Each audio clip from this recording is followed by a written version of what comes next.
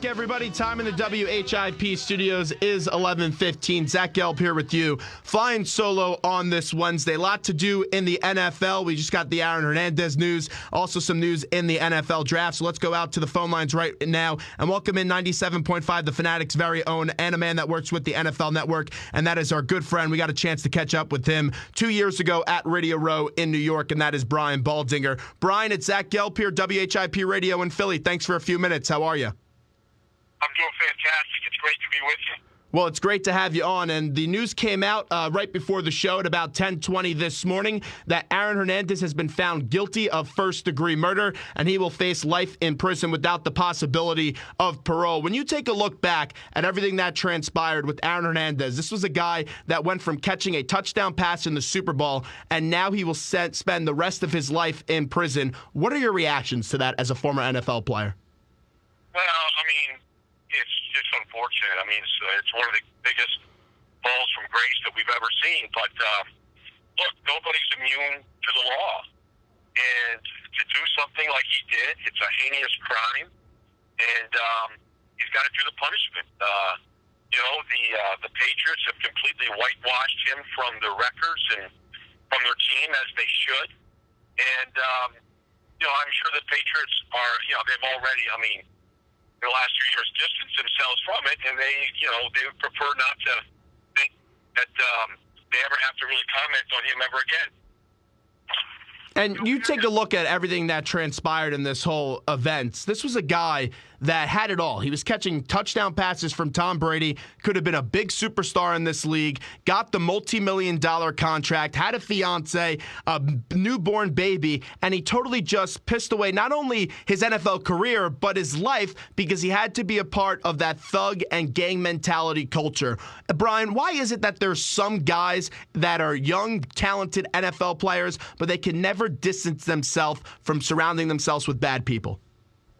Well, I don't know. I was a psychology major in college, and there's nothing that I read that could make me understand, the thug life, that type of thinking, when you have so many, and really to live the double life that he lived. I really can't put any perspective on it, because it's like you said. He had it all. Everybody dreams about what he had achieved and what was in front of him.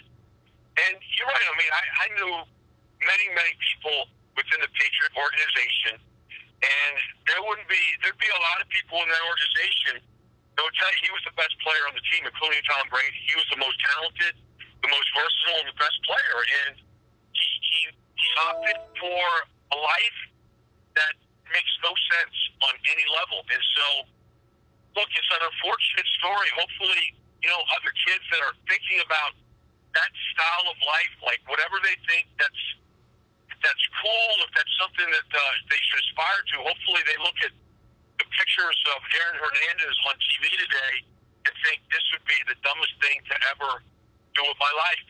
And if I'm thinking about hanging with this type of a crowd, I've got to get myself away from this type of a crowd, because it's going to pull you in and it's going to bring you down.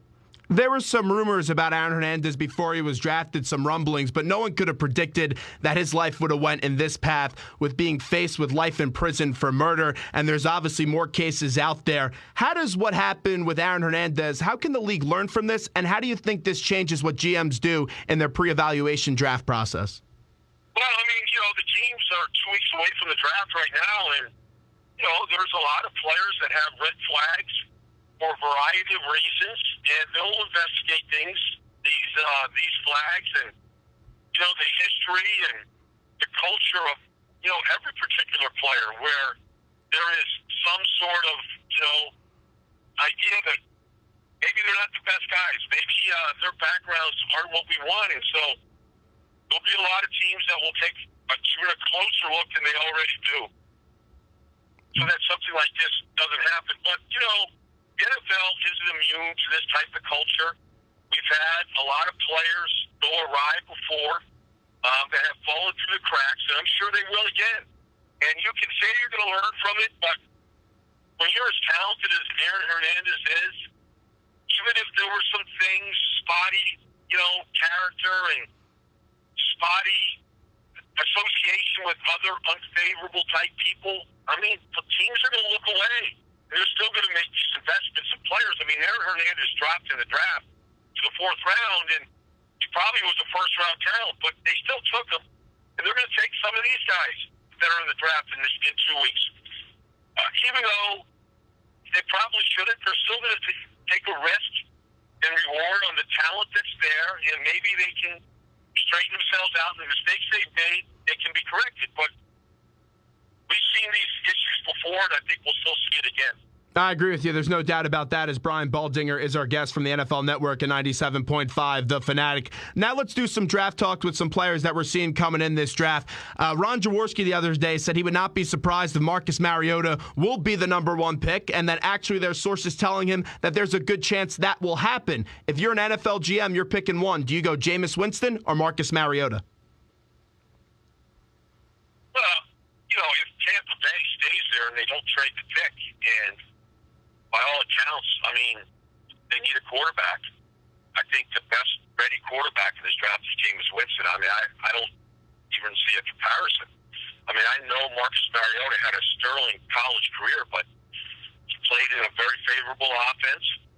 I don't know. Like, I just think Jameis Winston's a better football player, and I think he's going to be a better pro. Now, maybe I'm foolish to think that or say that. I heard what Jaws said the other day. I certainly respect everything that Jaws does, but I couldn't disagree with him more. And for all these last few months, every talk in Philadelphia has been about the Eagles and what Chip Kelly's doing. And when they traded Nick Foles, everyone thought, here comes Marcus Mariota to town. And then Chip Kelly got up at a press conference and said, hey, we're not going to risk the future to draft Marcus Mariota, although he thinks the world of the kid. At the end of the day, will Marcus Mariota end up with the Philadelphia Eagles? Well, in my last mock draft, I had him with them. Now, I had the Eagles because I don't have any trades in my mock draft. I had the Eagles take them at 20. Now, he's not going to be there at 20, but, I mean, if he slips past the Jets at 6, for whatever reason, whether Tennessee thinks that Zach Mettenberger is their guy and Washington feels like RG3 is given another chance and the Jets feel like they would rather address another need and he falls past the Jets at 6, and there's no question that Chip Kelly is going to be on the phone and the horn to see what he can do. Now, he may be on the phone and the horn to see what he can do prior to April 30th. To see how he can move up. But if he falls past 6, there's no question the Eagles are in play. Because, really, you can't hammer this point enough home, and I don't care what Chip says. This offense that Chip runs will run better and more efficiently and better than anybody else that can run it if Marcus Mariota is at the helm. It's made to defend 11 players. The quarterback is an integral part. Everything he does, space around the quarterback reads. There's no question this offense could be off the chart good if Marcus Mariota is the quarterback next season. Leading up to this point, though, what Chip Kelly's done so far in this offseason, the defense has improved. They bring in Byron Maxwell. They re-signed some guys. The defense, no question to me, has been improved. But the offense, I understand you bring in DeMarco Murray, and that takes some of the fans off life support. But there's still some holes at the guard spot. The wide receiver unit isn't all that great. And then you also take a look at this team. I just don't see how they improved on offense. Are you still a fan of what Chip Kelly is doing? Well, I would disagree that the team hasn't improved. I think they've improved. I think Matt Tobin was the best guard on the team last year before he got hurt. Nobody knows him, but I do the preseason games and watch him. He was the best guard of the team. Andrew Gardner played last year because of injuries to Todd Aramis and Evan Mathis, and he looks like a pretty good prospect. The Eagles don't move the line of scrimmage, they stretch it. So they want athletes up front that can run. Matt Tobin and Andrew Gardner are better guards than what they've had. This could be a really good offensive line. I wouldn't necessarily say that the defense is better just because they've added Byron Maxwell. I mean, they need they still have to come together as a group on that side of the ball. They still got to show me that they can stop the ball from going over their head just because you add Byron Maxwell. They have one safety on this team. His name is Malcolm Jenkins. They don't have anybody else. So, I think they've improved in some areas, but I think Chip would tell you just like the Patriots. Like, they're all on one-year rentals. Every year's a new year. The Patriots rented 2 corners to go win a Super Bowl, and they're not there anymore. And that's kind of where this league is going right now. I mean, everybody's on a one-year tenure. So I got to see how this team comes together, and if DeMarco Murray can fit into what they do offensively. I'm not sold that it's a guarantee right now. A few more questions with Brian Baldinger, who joins us right now. Zach Gelb here with you, WHIP Radio in Philadelphia. Let's just say they don't end up getting Marcus Mariota. Chip stays home with the 20th pick, picks a wide receiver or a safety position like you were talking about, and Sam Bradford is the guy at starting quarterback. What's your confidence level in one Sam Bradford? Well, I'm really good friends with Sean Hill, who was the backup quarterback in St. Louis last year. He told me that Sam Bradford can do everything that you want a quarterback to do. He's just had a run of bad luck in this fortune. But if you're looking for a leader, the face of an organization, a guy that can read a defense, can deliver the ball on time, can make all the plays. I mean, he tells me Sam Bradford could do all that. We just haven't seen him for enough time, enough extended time to be able to figure that out.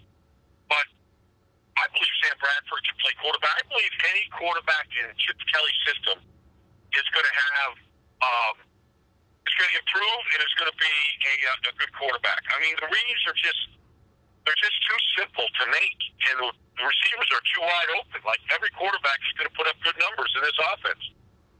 Brian, real quickly before we let you run, we actually have a special connection that I don't know if you're aware of this. You're from Massapequa, is that correct? That is absolutely correct. Well, I grew up in Massapequa, so how about that? We have 2 Massapequa guys. I went to Birch Lane Elementary School before I moved to the Suffolk side of things and went to Comac High School. Wow, that's unbelievable, Jack. I'm sure that every single family member of my brother went through Birch Lane at some point. So you're in good company right there, Jack. Brian, we appreciate you giving us a few minutes today. We'll continue to listen to you 97.5 and the tremendous work that you do on the NFL Network. Thanks so much, my friend. We appreciate it. I appreciate it. Thank you, Jack. All right, there's Brian Baldinger joining us on the hotline, WHIP Radio in Philadelphia. So there you go. In his recent mock draft at number 20, and he said it, that they're going to have to move up if they're going to want to get Marcus Mariota. He thinks Marcus Mariota is not out of play for the Philadelphia Eagles. And I told you that. When they made the trade for Sam Bradford, did my level of confidence in getting Marcus Mariota diminish a little bit? Of course it did. Especially when he got out there and said, hey, I'm not going to mortgage the future for Marcus Mariota. However, there is still a percentage in play that he gets him. Now, we like to say on this show a lot, if you put a gun to my head, will the Eagles get Marcus Mariota? I'm sorry. I don't think it's going to happen.